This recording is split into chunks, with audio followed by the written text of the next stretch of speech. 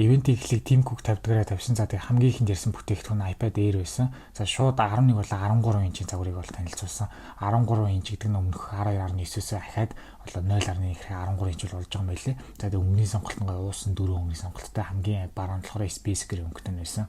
Энэхүү iPad Air нь бол M2 чиптэй, M1-ээс харьцуулахад CPU нь 15% хурдан, GPU нь болохоор 25% хурдан, Neural Engine 40% хурдан гэж хэлж ийсэн. За тэгээд энэ iPad нь бол угаасаа оюутны хэрэглээ, тоглоом тоглох гэх мэт өдөр тутмын хэрэглээнд бол маш сайн тохирох iPad гэж хэлж ийсэн. Тэгээд гол онцлог зүйл нь бол мэдээж хэрэг ерөөсөө M2 чип байгаа. За тэгээд багтаамжныхаа сонголт нь 128, 256, 512, 1 TB гээд суур хамгийн доотлогын сонголт нь 128. Тэгээ үнэ нь болохоор 11 инчтэй $599-оос 13 инчтэй болохоор $799-оос бол эхэлж байгаа юм байна. За дараагийнх нь iPad Pro болж байгаа. Эхлийнх нь бол Air-ийг танилцуулаад дараа нь бол Pro танилцуулсан. За реклам дээр нь бол нэг юм ингэ шахаж бол гаргаадсан. Энийг нь болохоор би яг энэ дунд хавчуулагдаж байгаа бүтээгдэхүүн Batbook гэдгийг нь эхлэх гээд байгаа юм бах та гэсэн чинь яг үнэндээ бол үгүй зүгээр яг үнэхээр нэмгэн гэдгийг нь хэлтэхийн тулд ингэж гаргасан юм билээ. Тэгээд бол үнэхээр нэмэх харагдчихсэн. За тэгээд мөн адил 11 болон 13 инчийн хоёр сонголттойгоор гарсан. За тэгээд нэмэгний хувьд болохоор 5.1 мм гэж байгаа юм байлээ. 5.1 мм бараг 5 мм гэсэн үг. Тэгээд өмнөх iPad Pro-тойгоо харьцуулахад бол хажууд нь бол хамаагүй нэмгэн. За тэгээд бүр iPad Nano-гоос хүртэл нэмгэн. За энэ нь тэгээд ерөөсөө Apple-ийн дүүгэнт гаргасан хамгийн нэмгэн бүтээгдэхүүн болж байгаа гэдгийг бол цохож бол дурдж ийсэн. За тэгээд өмнгийн сонголт нь бол iPad Pro дээр бол 2 хөнгө бол байгаа юм билээ. Хар болон цагаан. За тэгээд дэлгэснийхэн технологи нь болохоор ерөөсөө ингээд бүхэлдэн 14 жилийн дараа 2010 оноос хойш анхны удаа LCD дэлгэснээс ангижирч OLED дэлгэцтэй болж байгаа. Тэгээд нэршлиг нь бол Tandem OLED гэж болоод нэрлэж ийсэн. Тэгээд дэлгэснийх нь тод авж байгаа утга нь болохоор 1000 нийт хүртэл авж байгаа юм билээ. Тэгээд яалтчгүй OLED дэлгэцтэй учраас юмнууд бол өмнөхөөсөө илүү өнгөний ялгарл нь сайн харагдах нь бол тодорхой гэж ийсэн. За тэгээд дэлгэсэн ялчгүй мөн өөрөө 5 мм-ийн нэмгэн учраас дэлгэсэн дээрх тэр шилнийхэн тэр хэсэг нь хүртэл маш нэмгэн гэдгийг бол дурдж хэлж ийсэн. Чипнийхэн талаар ярихдаа яг дурдж Apple Silicon гэж яг ярьж эхэлсэн.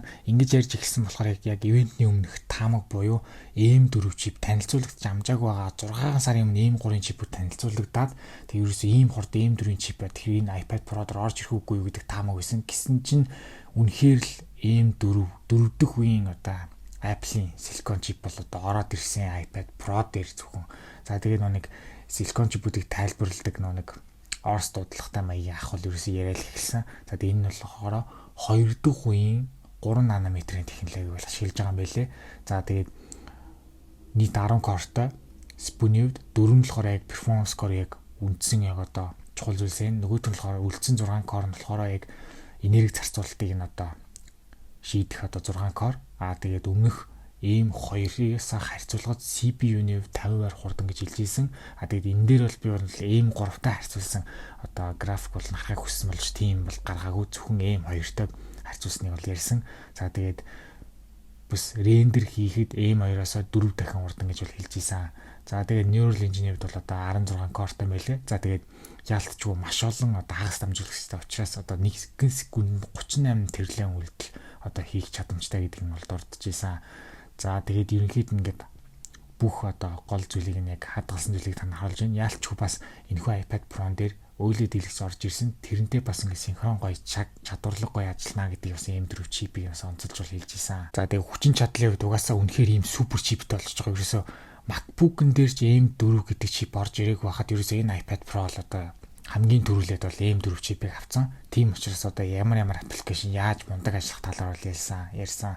Тэгээд нэг гоё Final Cut Camera гэдэг нэг аппликейшн танилцуулсан. Тэрний яадаг вэ гэхээр яг тэр тухайн iPad Pro нь өөр газар ингээд камер iPhone ашиглаж байгаа, iPad ашиглаж байгаа хүмүүсийн камерыг зэрэг ингэж хяналтын камер шиг ингэж хянаад тэр дүрсүүдийн шуужууд ашиглах тийм гоё шин гоё аппликейшн бол гарч байгаа юм билээ. Тэр нь бол надад айгүй нэлээд таалагдсан. Өөрөө бараг л найруулагчийн ажил хийж байгаа юм шиг тийм мэдрэмж төрүүлэхээр нэг тийм зүйлийг бол ярьж ийсэн. За тэгээд хөгжмийн аппликейшнуудын яаж сайн ажиллах талаар бас ярьсан. Тэгээд камерны хувьд болохоор үндсэн камер нь болохоор 12 мегапиксел. Тэгээд aperture утга нь 1.8. Тэгээд давхарлсан одоо 5 линзтэй. За тэгээд HDR угаасаа дарна. За тэгээд ProRes бичлэгийн 4K гэж бол хэлж байгаа. За тэгээд яг камерныхын чанга доор LiDAR одоо сканер байгаа. Янз бүрийн одоо өөрийнх нь бичиг баримтыг скан хийхэд LiDAR одоо энэ хэрэг болдог. За тэгээд мэдээж хэрэг флаш л хасж байгаа. За тэгээд саяны LiDAR сканер нь юугаараа давуу талтай болсон бэхээр саяны тэр True Tone-ийн тэр гэрэл цацруулаад сканыг яахтаа өмнөхөөс яг тэр одоо скандаа тэр өөрийнх нь бичиг баримтыг яг одоо харагдуулах байдал өмнөхөөс хамаагүй сайжирсан гэдэг бол хэлж ийсэн. Одоо тэр True Tone флашын тусламжтайгаар. За тэгээд мэдээж хэрэг энэ хүн iPad Pro дээр бас ивентний өмнө таамаг байсан Magic Keyboard орж ирэх гэсэн мэдээж хэрэг яг таамагийн дагуу бол Magic Keyboard бол орж ирсэн. За тэгээд энэ ерөнхийдөө бас яг харах юм бол яг л iPad-н дээр ажиллаж байгаа энийг байдал нь Magic Keyboard нь яг л MacBook дээр ажиллаж байгаа юм шиг одоо яг л адилхан л санагтахаар одоо мэдрэмж төрүүлэхээр бол надад бол харагдчихсан. За тэгээд бас мөн адил одоо таамаг мэдээ явж исэн. Японд одоо Apple-ийн вебсайтны бол хувилбар байгаа. Тэрэн дээр одоо вебсайтын кодн дээр нь бол одоо Apple Pencil Pro гэдэг зүйл бол одоо задарсан. Тэр нь бол яг үүндээ тэгээд биелэлээ болоод Apple Pencil Pro гэж бол гарсан.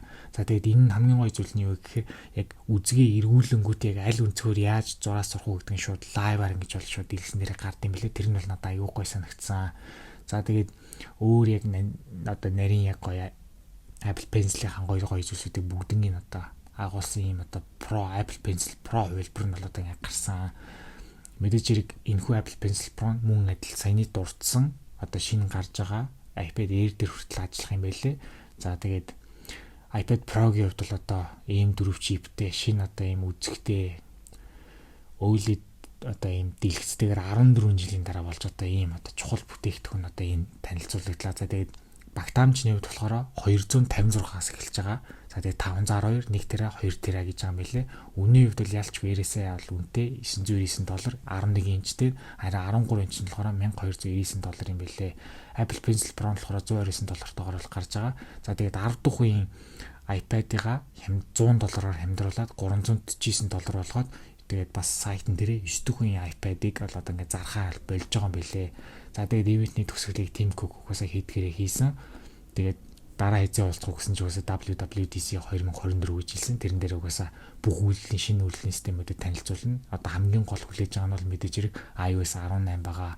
За тэгээд ивент дуусаад хамгийн сүүлд гарч байгаа тэр дүү зурган дээр бол ерөөсөө энэ ивентийг iPhone дээр бол авсан. За тэгээд яг Mac iPad 2 дээр одоо ингээд яг монтажлаад бол болгосон гэж бол одоо мессеж бол хэлж ийсэн.